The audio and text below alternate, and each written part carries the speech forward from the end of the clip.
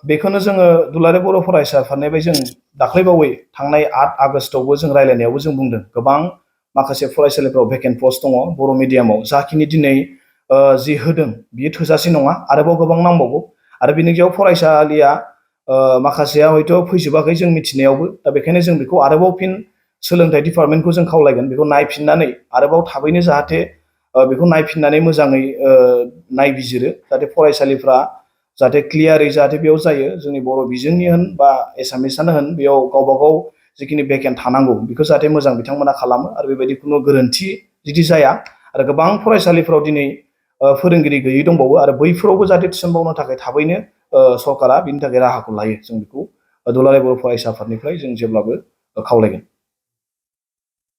दिनै दुलाराय बर' फरायसा आफादनि गाहाय मावख' बड'फा हाउसाव जों मोनसे खौरां मेल लानाय जादों।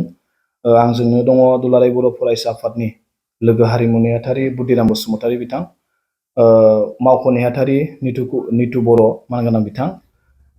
मैया बिटिआर गभर्नमेन्टआव सोलोंथाइनिफ्राय माने टेटनि जि मेरिट लिस्ट एबा रिजाल्ट जि फोसावदों दा बेनि थाखाय बा 900 जि बिजाथिफोरखौ बिथांमोना फोसावबाय दा बिनि थाखाय जोङो बिटिआर गभर्नमेन्टखौ दुलाराय बर' फरायसा आफादनिफ्राय जों साबायखर बावदों।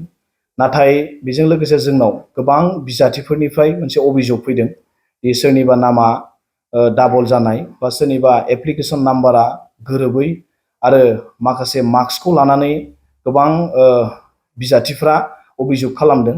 दा बेखायनो जों बिटिआर गभर्नमेन्टखौ जों खावलायगोन, सोलोंथाइ डिपार्टमेन्टखौ जों खावलायगोन जुदि बेबायदि माखासे खिलिमिलि जामारदोंब्ला बेखौ बिटिआर गभर्नमेन्टआ मोजाङै नायफामनांगौ, मोजाङै बिथांमोना नायनांगौ आरो बेखौ खनसेबाव बिथांमोना बेखौ नायफिनजोबनाया मोजां।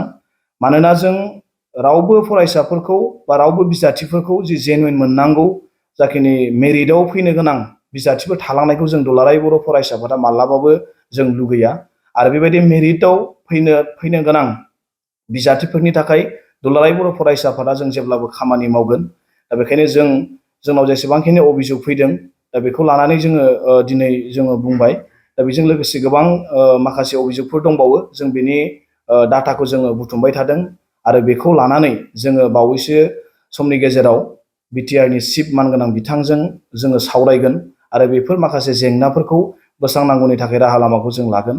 दुलाराय बर' फरायसा आफादा जों जेब्लाबो सोलोंथाइखौ लानानै जों खामानि मावबाय थादों आरो जों इयुनावबो मावलांबाय थागोन।